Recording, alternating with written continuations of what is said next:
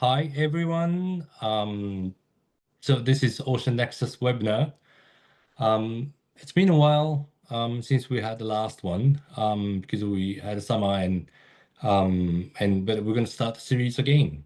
Thank you very much for everyone who's on this Zoom, and I'm very delighted to have a new series of our webinar. And today we have Dr. Ben Brunjes.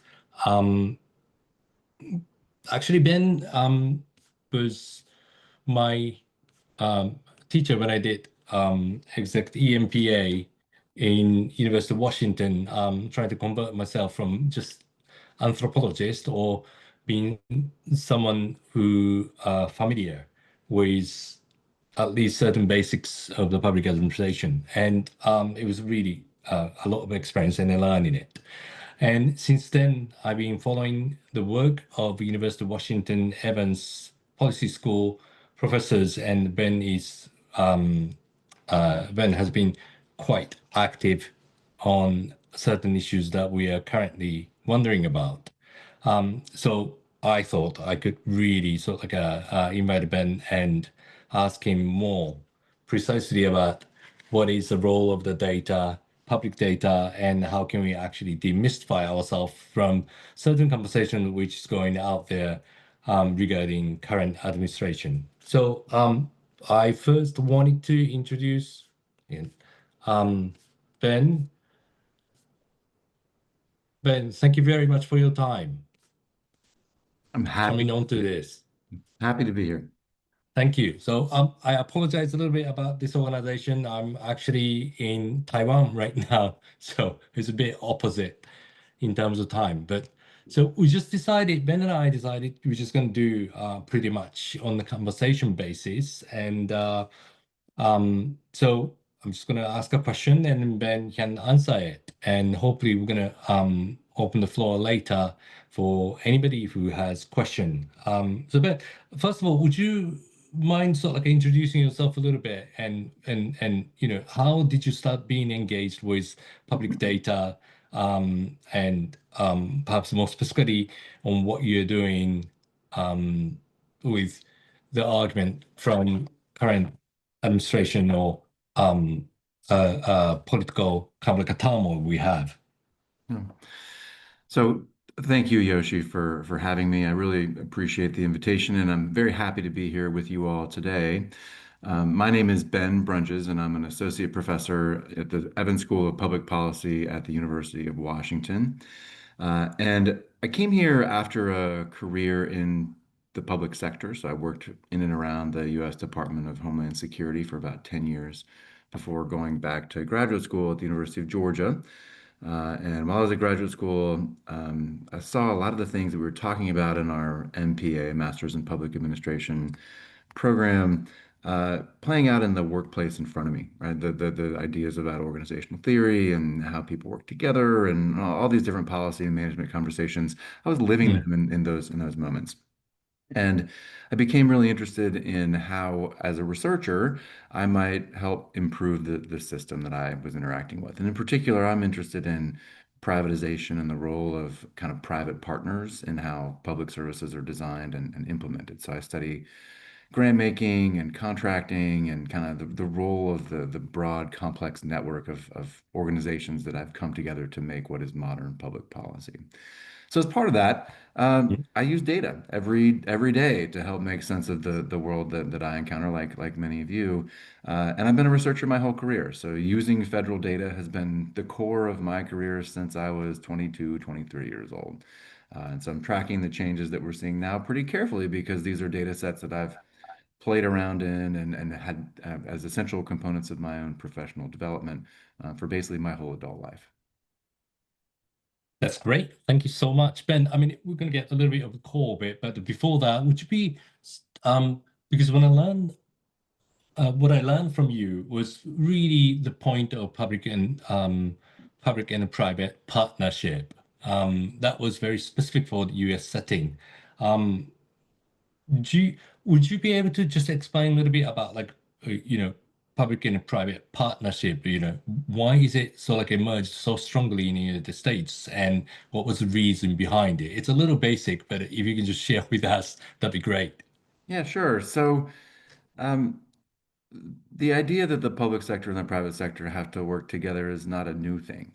I mean, if Mm, we go back in history during the U.S. Revolutionary War, the federal government, or the before the federal government, the constitutional, the Continental Army, was contracting out with private sector vendors for things like firearms and food and all the things that they needed to mm, furnish a military. But in the last 40 years or so, there's been a marked change in the way that public and private sector organizations depend on one another. Into the 1970s, maybe even early 1980s, mm, the government was the primary provider of public services. We had mm, social workers on the ground who were designing and delivering programs that they would, directly interact with people. mm, Beginning in the late 1970s, early 1980s, with the rise of ideas around public choice economics and particularly the idea that efficiency matters in the mm, public sector, we've seen a shift to using private sector organizations as critical partners to help design and deliver public services because of mm, the idea that competition in the marketplace can do three things. It can mm, lower the costs of public mm, services because there's already a vibrant private market where competition is driving down prices. It makes it easier to hold our delivery system maybe more accountable because in some ways it may be easier to terminate a contract, and we can talk about that in this new administration. Easier mm, to terminate a contract than it might be to mm, terminate a public employee. Plus the fear of substitution, right? So that is if you're a contractor providing a service or a grantee providing a service, if you do a mm, bad job, you're mm, replaceable the next time the competition starts. So competition will lower cost and make you maybe more accountable to the work that you're doing. And then finally, then in theory, the idea is that competition will make our contractors more innovative because to keep contracts, to continue to do work with the government, you'll need to come up with new and exciting ways to do things. So, beginning in the late 70s, early 1980s, many governments saw various forms of privatization as a way to kind of accomplish all those three things at once. We've mm, now got 40 plus years of data that can tell us mm, whether that's actually what happened or not. And we can talk about that if you'd like. But that's the theory, and it's mm, been embraced in different ways around the world. So in Europe, for example, early on they hacked off big parts of the government. They privatized mm, entire parts of the public sector. In the United States, rather than doing that, rather than privatizing big parts of the government, we've tended to contract them out, that is, or grant them out, or use some sort of funding mechanism that mm, maintains some sort of government control while mm, involving the private sector as an implementer of the work that we're doing. mm.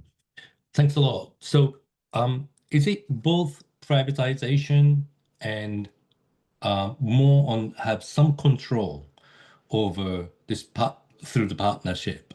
Um, for me and for us who's working on ocean, um, the privatization, sometimes seems quite um, neoliberal and potentially it make things yes, efficient in terms of cost, but does it really address the needs and probably more of transparency in terms of controlling common resources such as fisheries and so forth in the ocean?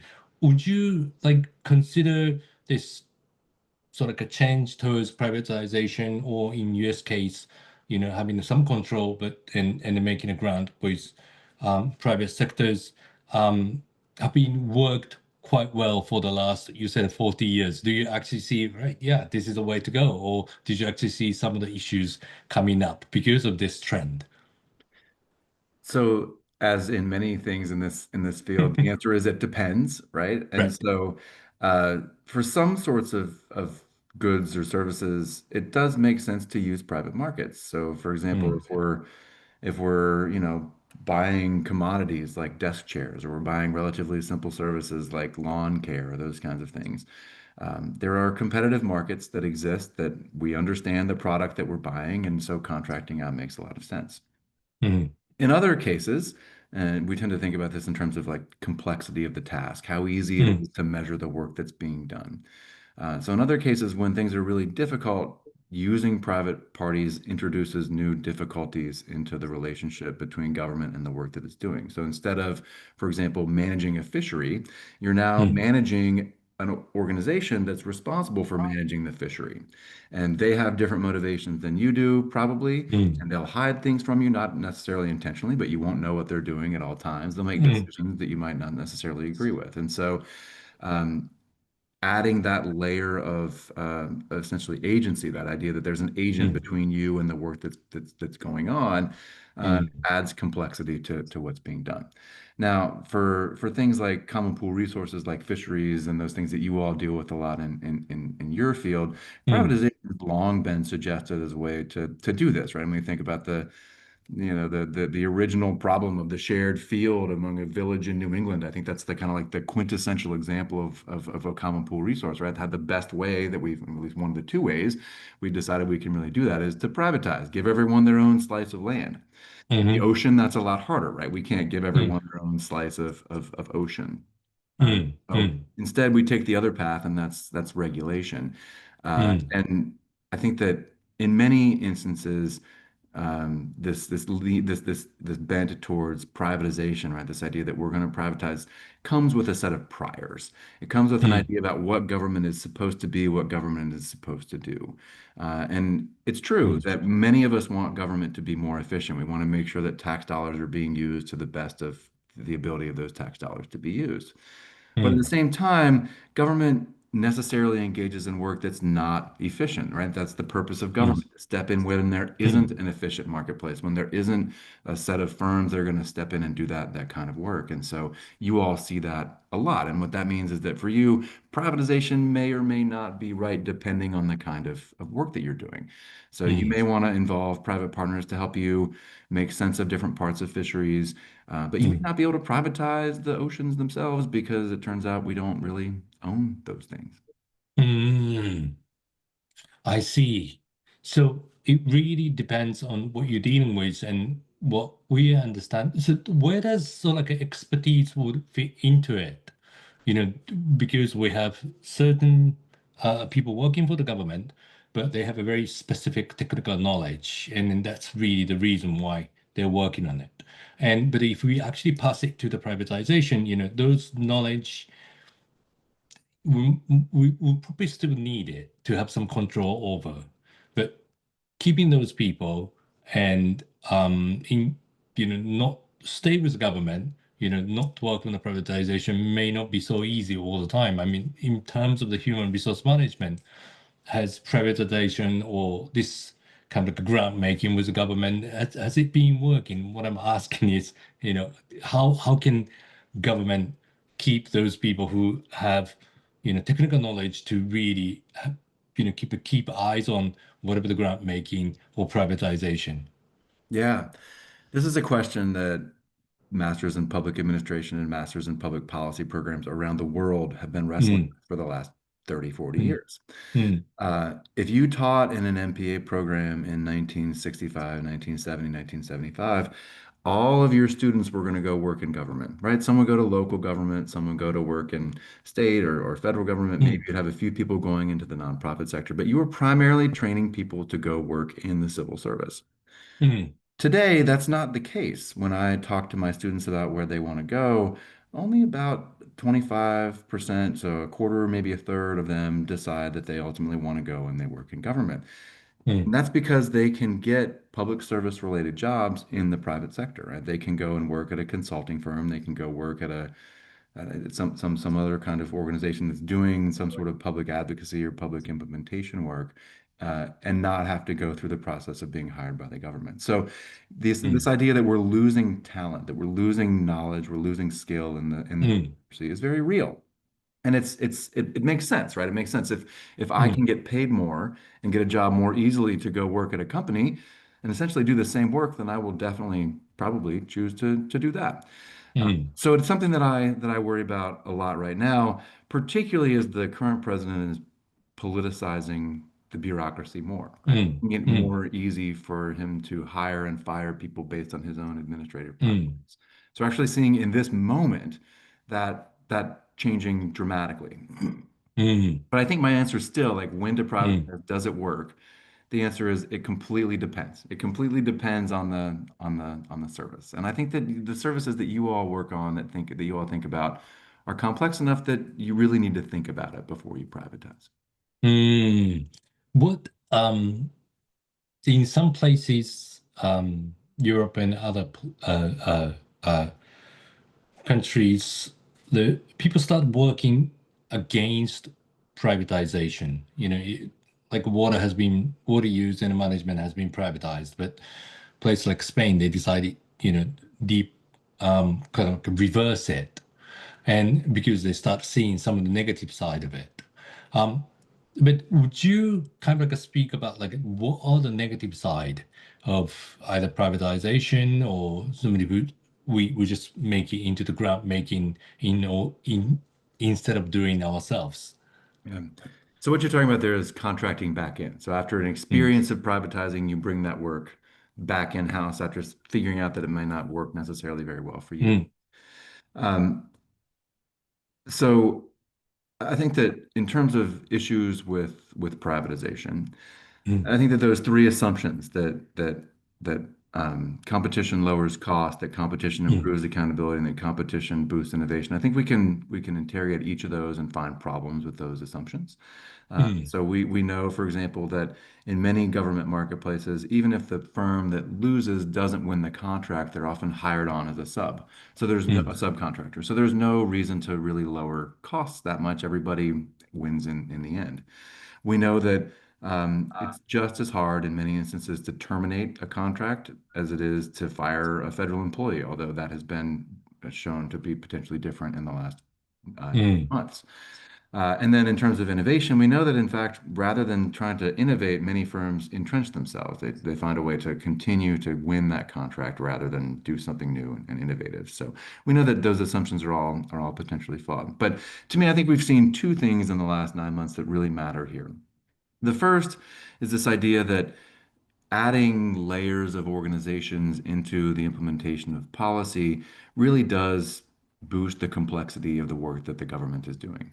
So, for mm, example, when you see the president terminating a program, right? So, for example, terminates the U.S. Agencies for International Development, right? That seems like a simple termination. The U.S. is no longer going to do international development work of that mm, particular kind. mm, But there are ripple effects throughout the economy when he does that, because it turns out that about 95% of the dollars that USAID spent went to mm, American-owned firms. And so those American-owned firms then have to terminate their people. And mm, as they terminate their people, then those people have to go find jobs in the broader marketplace. So we've created mm, this system through privatization where we're all kind of interconnected.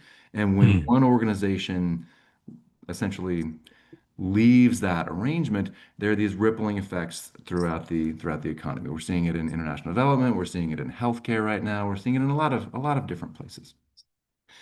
There are also mm, ramifications for those of us who work in organizations further down the chain, right? mm, So the mm, idea has long been that if you diversify your sources of income, that you'll be a more stable organization. But I think that what we're seeing right now is that many people have diversified by getting NSF and NIH grants, right? That's been their mm, diversification strategy. So your strategy is you're going out and getting different sources of federal funding. And mm. when all of those sources vanish at once, it turns out that that's not actually diversification, that you have just been I see. incredibly tied to this one organization. So from the perspective of government, we're adding complexity, and from the perspective of the private partner, we're actually adding risk by engaging in these kinds of contracts. Because Mm, if government can just walk away whenever they want, then it's mm. risky for us to engage in those partnerships. I see. So, we are talking this gra- privatization and a partnership has been somewhat politicized, and in a way that you had portfolio of different grants, but they're all pretty much coming from the federal. And so when federal, like really the mainstream decided to stop, then instead of having this diversified portfolio, which someone gave you a security, becomes really the risk.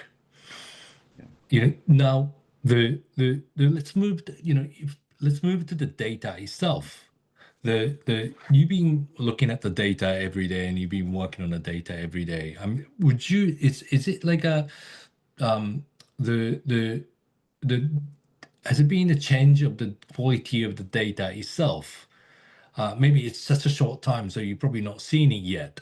But let's say, if you actually look at the last 40 years data itself, has the quality of the data been kind of like a better, maybe perhaps we can really talk about the current administration later, but what about the past 40 years? Do you actually see more and more data has been submitted? So as much as the volume, we also kept um, good enough quality to look at and analyze it? Or would you say it really depends? So I think that if you look at the development of different data sets over the last 50 or so years, what you've seen is a general trend where governments around the US have tried to become more transparent, tried to Mm, post more data, that is, make more data kind of publicly available to both researchers and also just anyone who wants to look at that data. mm, mm, And in so doing, leaning into this idea that even though we know data itself is not neutral, leaning into mm, this idea that government will in some way present information about what it is doing and how it is doing it, right? And kind of like mm, the effects that it has on us. Today, we're seeing something different. mm, So the president is managing the government today as an organization that, and he said this in multiple executive orders, an organization that exists to advance his administration's priorities, right? So that is the mm, bureaucracy, the branches of government, and the contractors and grantees who work for government are now essentially tools to accomplish his elected objectives. mm, And we're seeing this manifest in a couple different ways that are particularly important. So the first is he's introduced something called Schedule F, and that is he's changing the civil service to make it so that federal employees who are in what he calls policy influencing roles can be mm, terminated at will by the executives. That is in him mm, and his appointees. So essentially, he's mm, removing civil service protections of employees, and we're seeing that this week, right? We're seeing people all over the mm, government being terminated for their social media posts, for their political ties, whatever mm, it may be. So the civil service itself is changing, which means the names and the nature of the people who are gathering that data are shifting. We're mm, also seeing changes in the way that contracts and grants are managed. So, of course, we're seeing terminated contracts, terminated grants across the globe, across the country. But mm, along with that, the mm, president is inserting into existing grants and contracts that don't have them termination for convenience clauses, which essentially say that the president or anyone in government can terminate a contract or grant for any reason at any time. mm, It's been upheld multiple times at the Supreme Court. It's very legal, but mm, it incurs risk for those of us who contract with the federal government. So what's changing here is that instead of being accountable to what we might think of as like professional norms or professional mm, standards, mm, the bureaucracy and the people who now support the bureaucracy, their accountability is to the president and to the president's mm, political priorities. So instead of transparency being the focus, that is, transparency is accountability to these broader external sources, to people like you and me, watchdogs, mm, the kind of general public, accountability mm, now runs directly to the President of the United States. And so the end result mm, is we are about to have a government that's no longer even pretending to be neutral, no longer even pretending to communicate neutral mm, information. So what I expect will happen, we talk about the social construction of truth, the social construction of all these different things in the world around us, but I think that we're going to lean even further into that, where the mm, administration is actively trying to construct through the use of data the truth that it sees around it in the world. So we're already seeing evidence that this is happening. Numbers that don't meet with the president's perspective, the president's agenda, aren't being mm, accepted. So the most recent example, Bureau of Labor Statistics Administrator Erica McInfarter mm, was fired in August, just as an example, right? So mm, we're mm, seeing people who are in charge of numbers being being terminated, being let go in favor of mm, people who will produce numbers that show what the Mm, administration wants them to show. So, in terms of the data that I look at, I'm seeing three big changes. The mm, first is data is vanishing, and many of you researchers on this call may have experienced this, but a data set that you rely on or have relied on for a long time may have gone missing. So for me, I mm, use federal employee data a lot. mm, And within the federal employee data, there used to be a set of data that measured diversity. So race, ethnicity, gender, these kinds of things. The data mm, on federal employee demographics is gone. It's vanished. You can mm. no longer tell how many women are in which jobs, how many people of color are in which jobs. It's just gone. For those of you who work in your fields, you've probably seen similar things in the health field. A lot of Yes. CDC data has gone missing, right? So we're seeing a lot of data just vanishing. Mm, That's bad, of course, but there are also other things that are happening. So mm, I play around a lot with contract data, mm, and I've seen the data itself change. So, for example, on April 14th, the US Department of Defense, in the data that I use, had spent over $100 billion on contracts to that mm, point in 2025. mm, April 15th, they'd spent less than $7 billion, right? And so the data, it changed. The data is still there. The data set's still available, but the data that's in it shifted. Right? And I think that we see the same thing in economic conditions data, where we're seeing measures of macroeconomic performance shifting from quarter to quarter. Some of that's normal, but we don't know how much of that is normal and how much of that is political influence. Now, for my defense data, they may have classified defense contracts. They may have just classified a huge swath of defense contracts, and that's the reason that they vanished. But I can't know that as the user. So I'm actually seeing data, the data that I play with, change in front of my eyes. And then finally, there's other data. No, Ben, Yeah, you go ahead. said, Yeah. sorry, you said, okay, April 14th, there was 100 billion, hmm and you could April actually see 15th, it. there was seven. Like 90% is gone, Yeah, and we basically don't know where it went. no idea. Really? Yeah, and I mean, on that night, there was an update to the system, right? There was a scheduled update that Mm, Doge was leading to update with, I think that particular system was mm, mm. USA spending viewpoint of FPDS. But yeah, overnight, $93 billion in defense spending vanished off the books. And, Wow. yeah. So the other thing that's happening, Yoshi, is that data sets that have been around for a long time have been discontinued.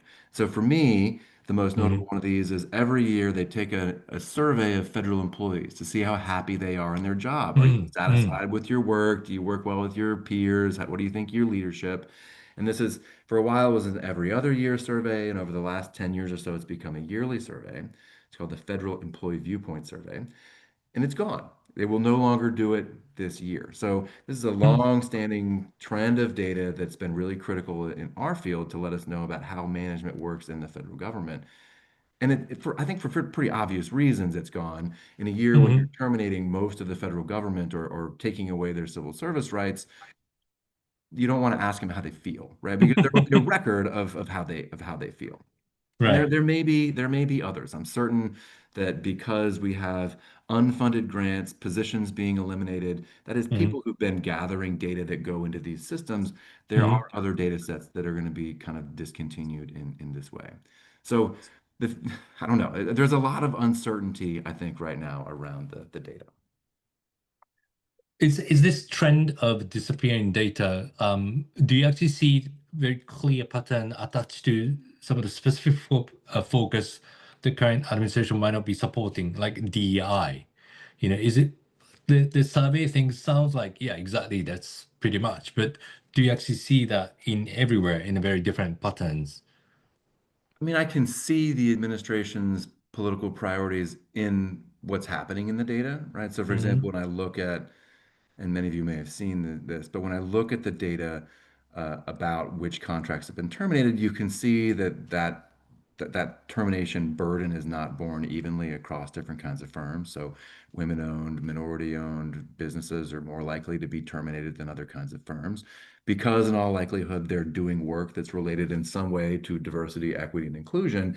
And Mm, when we terminate that work, then we terminate those kinds of firms specifically. But I haven't seen, beyond the little data sets that I look at, I haven't seen anything specific about the kinds of data sets that are disappearing.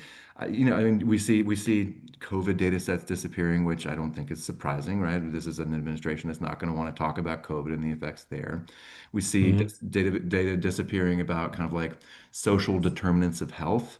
So that again, mm, it's the idea that there's something about your demographics that relate to the health outcomes that you have.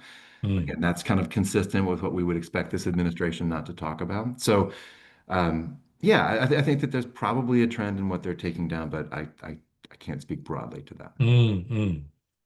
Ben, so I'm go back a little bit, and a lot of scientists works with the data, and it's a very different set of the data, they're working on. So when you say something like, data is not really neutral, um, can you just like unpack a little bit, what do you mean by that? Yeah.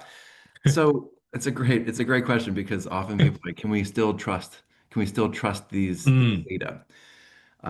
And I would argue that we are all trained scientists. And so a big part of our job is meeting any data that we encounter with a degree of healthy skepticism. mm, Any data that mm, we encounter, we need to worry about things like where the data came from, the provenance of the data, whether mm, it's accurate, whether it's valid, whether it's complete, whether it's timely, the transparency of the process of gathering the data, right? So these are all questions that we as scientists, be you a hard scientist or a social scientist, um, think about every single day. And I think that there's been a trend to assume that government data doesn't need to be interrogated in that same way often, right? mm, Like this data is from the government, so it should be accurate, right? This data is from the Census Bureau, or this data is from whatever it might be. And so we have to trust that we don't need to look at these things like provenance or timeliness or transparency or whatever it might be. mm, mm, And so in some ways, I think that this is a call to us to maybe be better at what we're trained at doing, right? Like to consistently do the things that we say we're doing and actually validate the data that we're used. We've assumed that government data doesn't have flaws. That's likely mm, been wrong for a long time. mm, So for those of you who are doing this, I'd say remember, like you're trained to do it. You know good data from bad data. Take the time mm, to understand the strengths and the weaknesses of the data that you're using. I think that there mm, are obvious places that you should spend a lot of time thinking about this federal data in this new era, particularly like the transparency of how the data was gathered. Like, do you know where the data came from? Do you know the sampling frame? Or can you mm, spend time identifying sources of bias, ensuring that measures are accurate, those sorts of things? Like more than ever now, those are things that you probably need to do. And then this is maybe a broader call to people who write in academic fields, but we need to track changes. And so like I mm, noticed that change in FPDS. I need to write something about that. And there mm, needs to be a space in my field or in some field to publish something that says, look, the data is changing. So we essentially need to help mm, our field develop an understanding of what this new normal looks like. So note the changes that you see, note any differences in data or the ramifications that might have for your peers, and make space in journals or whatever publications you might have mm, responsibility for to actually do that. Um, so all that is to say, data has never been neutral, right? Like the Biden administration started measuring things that they mm, cared about politically. mm, Right? They start measuring certain indicators of social disadvantage that haven't been mm, measured before. And if you track back over the course of time, that's essentially what all government data is. Someone comes in, they say, as part of my policy agenda, we should collect data about, poverty in urban mm, areas. And they measure poverty in urban areas in certain ways. And those measures have flaws. They may reflect the political priorities of the people who put them in place. They may reflect mm. the priorities of people who took them over and measured them differently later. And so this is an important moment for us to reflect a little bit more deeply on what the measures that we assume are neutral may actually be doing to us. In some ways, the research norm itself, perhaps needs to be changed. That it was looking at the data, analyzing it, showed the trend. That was a before. And then now Yeah. we really have to just think about, okay, when the absence of the data happens, then we can ask ourselves, what was initially the reason why we started collecting this data, and then why has it been terminated? Um, it's this sort of like a change of the norm. Does it really require, researcher like you to explore more different types of information? Has it really required you to just think about slightly differently? Okay, data is gone. What can I research now? Yeah. Um, yes. So I've worked closely with the federal government a lot over the last 5 or so years. And Hmm. one of the things that I noticed that they would do is use data that I know pretty well, like it's live data, right? So like every day they would take what's in that system as the accurate reflection of what the government had done the day before. Hmm. I never believed that that data was that way. I never believed that that was what that data was doing. I almost never use it until it's at least a year old because things populate much after the date that the work is done, right? And so Hmm. I always have a delay. But in terms of like looking for new data, I've been really intentional about downloading everything I can almost every day because you never know when Hmm. When it's it's all gone. going to go, right? Like it could Right. just vanish at any time. So I've been Right. very, very intentional about making sure that I like keep up with the data on an I almost see. almost daily basis. And Right. I think that I think this is another important thing to talk about. The federal data sources are very popular for a lot of reasons. First, they're large, comprehensive data sets. They're usually Hmm. free, right? They're easier to kind of access. But the federal government's not the only organization that's measuring a lot of the things that they measure, Hmm. right? So, for example, I study grants and contracts. If I Hmm. want to get information about state and local governments receiving grants and contracts from the federal government, I can go to their websites. I can go and look Hmm. at the payment information to states, the payment information to local governments to see where that money trickles down at the Hmm. bottom, right? So there's kind of always a way to backfill, I think, Hmm. some of what we're seeing here. But I do think that for many of us, this is going to require us to think a little bit outside the box and think about how to maybe measure things in a different way or gather data in Hmm. a way that we haven't thought of before. And I've never been a survey researcher, and it turns out I might have to be a survey researcher for a few years, right? We'll see what happens there. But I do think that Hmm. proactively thinking about where you can backfill and making sure that you get the records that you need is pretty critical at this point. Hmm. It's interesting what you're saying because basically we all assume the data will be there, or the system wouldn't, will not change unless there is a very good reason for it. So instead of just collecting every day, worry about the data might go, you just wait it. You kind of like wait them to be matured before you start getting it. But then now you just have to pick them up whenever you see it. And then that itself became another task for scientists who are just looking for the data.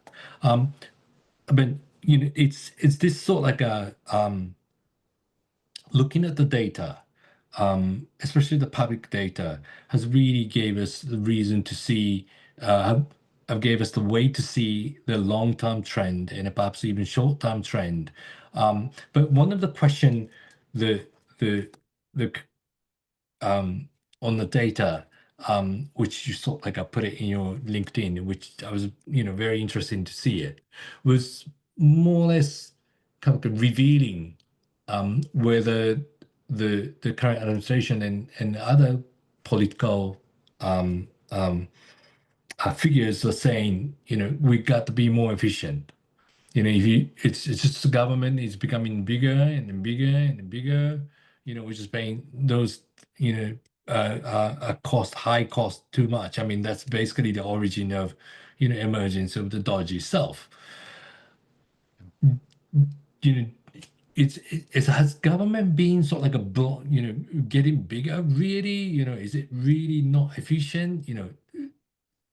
Would, So the federal government has mm, been about the same size since 1968 or so, mm, up to this year. right. But between 2.7 and 3 million civilian employees at the federal government for pretty much that whole time. mm, And over that period of time, the US population has nearly doubled. So that is per mm. capita. Federal employment has gone down by almost, 50% Ah, right. over that time. Mm, So from a purely public employment perspective, I don't think that that's evidence of bloat. I don't think it's evidence mm, that the federal government is like spinning out of control in terms of size. It's been the same size. In fact, the mm, only person before this administration to really make the federal government smaller was the Clinton administration, where mm, they offered early buyouts for many people as part of the National Performance Review. mm, The problem with those kinds of measures is that they omit this kind of contract and grant-based workforce that the federal government now employs across the country. And so Paul Light has done some work where he's tried to estimate the actual size of the federal government if you account for all those folks.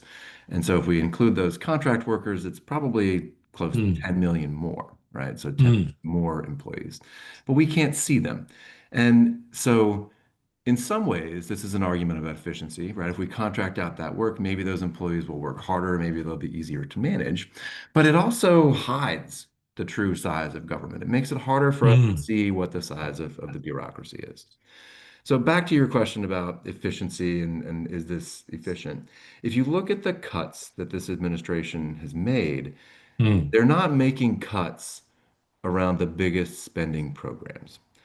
mm, When you look at which contracts and which grants have been terminated, they tend to terminate grants and contracts and programs that have long been targets of conservative politicians in the United States.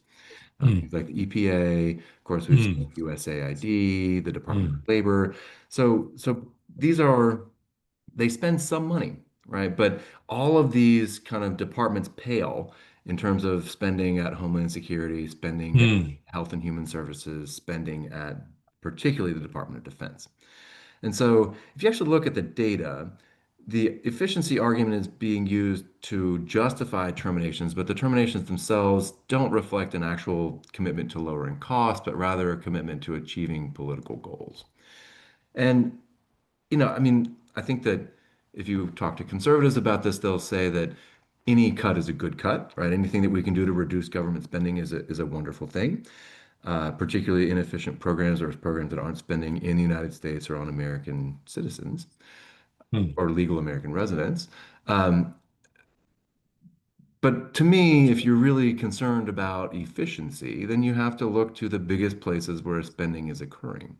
Uh, mm, these are things like defense contracting, mm, defense budget in general, Social Security, and Medicare. These are mm, the big places that money goes, and we're not touching those programs. We're not touching those programs. At the same time, for all these cuts, if you look at what the administration is actually doing, they've spent more than they've cut. So the mm, efficiency argument on its face falls flat to me. There's more. Trump will cut $250 million here and he'll spend $500 million there. So if you look at the budget, we've actually spent more this year than we've ever spent before. mm. And that trend is continuing despite all these cuts. Wow. So government stays small, but there's contracts, so we don't really know how you define the government, which actually shows whether it has been efficient or not. But at least it doesn't really look like they're just spending all the time. But then now, since the new administration started, that has really been a very different trend. They started cutting off. But like they said, if they really wanted to touch the efficiency, they should really look at the biggest budget. They Um, they should look at the places where I mean, it's such a huge budget that if you cut hundreds of $1 million here and there, that's a lot of money. But in terms of the federal budget, it's almost no money. And so that's not the way to cut federal spending to lower the federal debt. I see. Wow. Now, if we the one of the questions that I've been thinking, okay, now it's been cut. Now it looks like it gets smaller, but probably not. It's very much like a marginal change. And but yet the service itself, the impact is huge, really. Would you think the this is kind of like it's very weird of saying that, but it was it's much better to touch the marginal, you know, cuts instead of really touching the core of it. I'm not saying just because I have a friends and we're very much concerned about like, people on the edge of the jobs and, lots of job and it's just really horrible. But the those bigger budget, as you said, haven't really touched. You know, would you consider that is, perhaps the next trend potentially coming? They might actually start touching those bigger ones.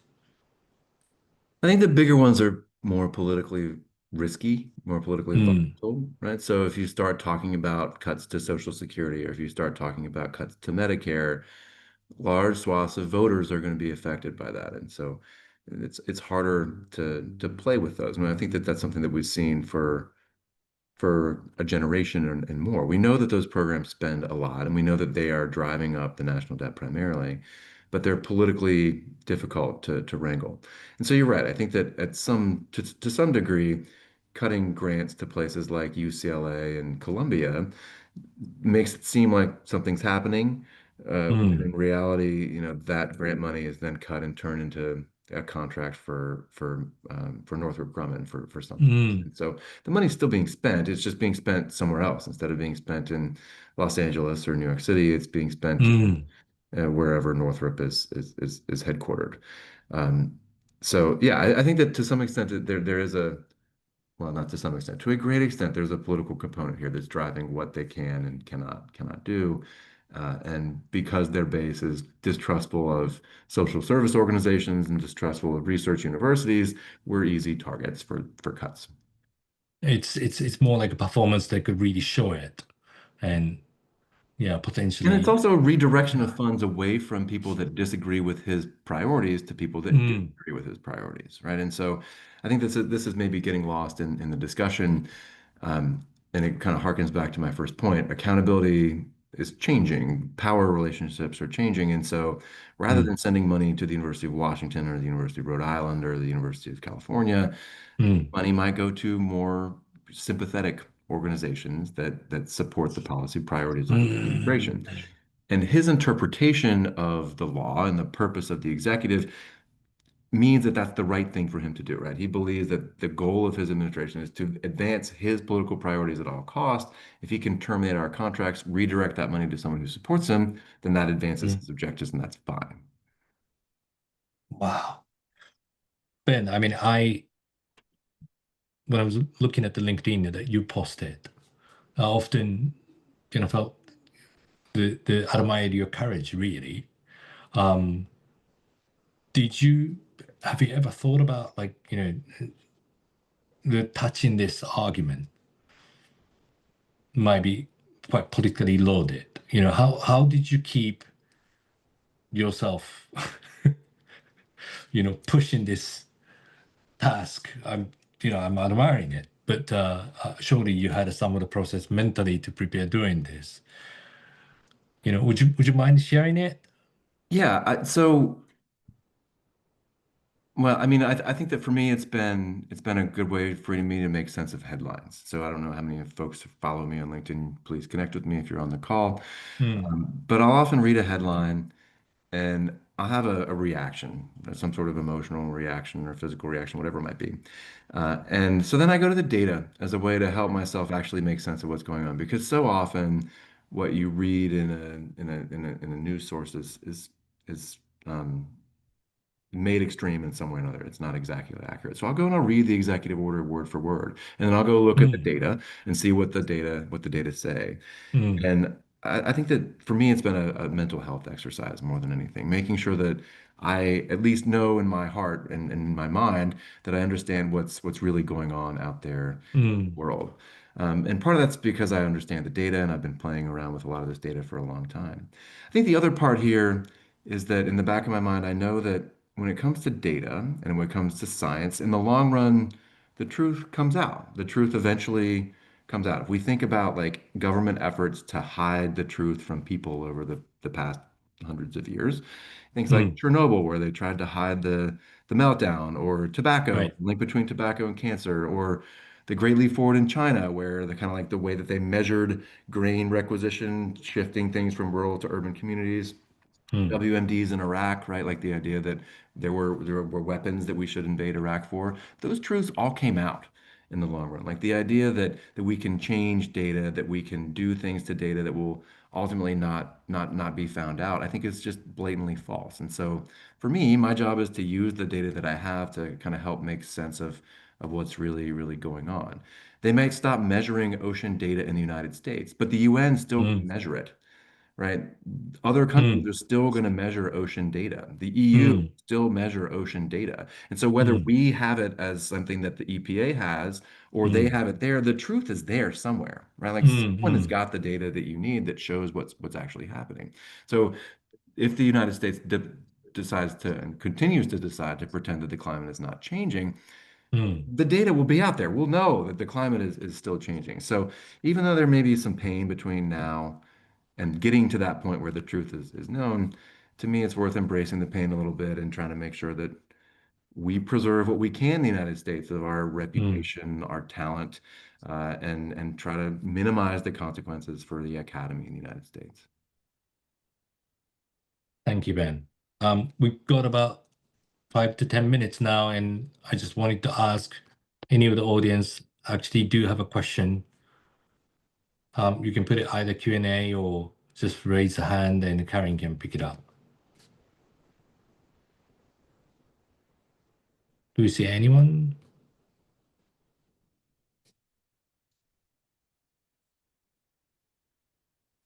I think I might need more time. Ben, so in terms of research direction, you talked a little bit about, okay, maybe you move on to the survey and create data on your own.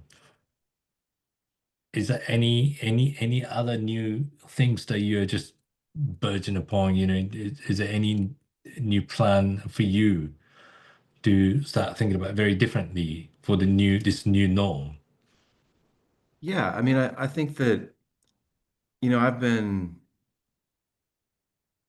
I've been studying certain things for a long time. I've been studying Mm, kind of like micro level aspects about how governments manage very specific relationships. mm, So I'm really in the weeds, and many of us researchers are, right? Like we're like grabbing onto our part of the elephant, and we're really trying to make sense of what that one little, inch by inch square of that elephant really looks like, right? We're all coming at it from kind of a different angle. And for me, made me realize that there are really important systemic questions that need to mm, be discussed and talked about right now. And so I'm looking at this not as a time to continue research as usual, not as a time mm, to continue doing the things that I've been doing for a long time, but rather to try to ask and answer bigger picture questions, right? Bigger picture questions about what this system looks like, what this system means. I'm thinking a lot more about democracy writ large now than I probably ever have, and its relationship, of course, to the things that I usually study. But I'm thinking about bigger questions. So mm, essentially, what I do when I get this question is I ask people to interrogate their field a little bit. Like if you're feeling that way, where you're like in this, like you're really in this place and you're thinking, my research is not like doing what it should be doing, or maybe I should be doing something different. This is a good mm, moment to take a step back, interrogate your field, think a little bit about what people need to know in this moment. What is changing? Spend some time documenting those changes, finding mm, ways to make the changes that you're seeing on your part of the elephant known through your writing, through your editorial work, through the speaking engagements that you interact in, through the way that you teach. I mean, for me, the costs are pretty real here. I mean, I'm seeing that there are high mm, costs to the changes in the work, to the changes in the work that we're all doing. But I mm, can control a few things. And one of the things that I can control is what I talk mm, about, what I think about, what I write about. mm. So I'm trying to be a good scientist and answer the questions that are within my power. Lean into what I've got. Thank you so much, Ben. Oh, we have one question. Okay, right. Question coming from Dr. Cindy Scott, actually my co-director. So she's asking, do you think that we are going to be able to recoup the data in the future? Yeah. Ooh, So I think it okay. depends on the kind of data. So for example, like the Mm, Federal Employee Viewpoint Survey that they're not going to do this year. we're never going to get those numbers. We're never going to know what federal employees thought in 2025 of the new Trump Mm, administration. I mean, I think in the back of our minds, we're going to have some pretty good ideas, but we're not going to have those measures, at least not in the same format. Now, we may be able to run a survey of our own and see what they say in that way, but it won't be exactly the same.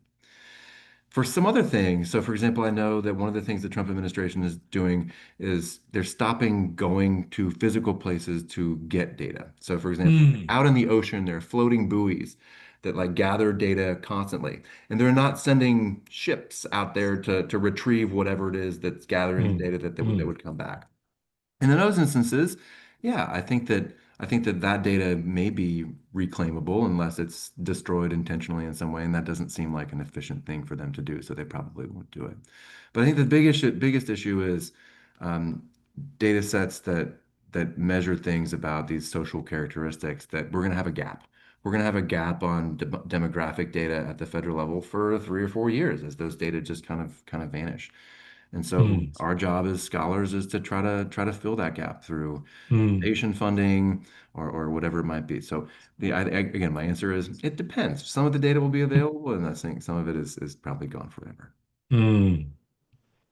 Yeah.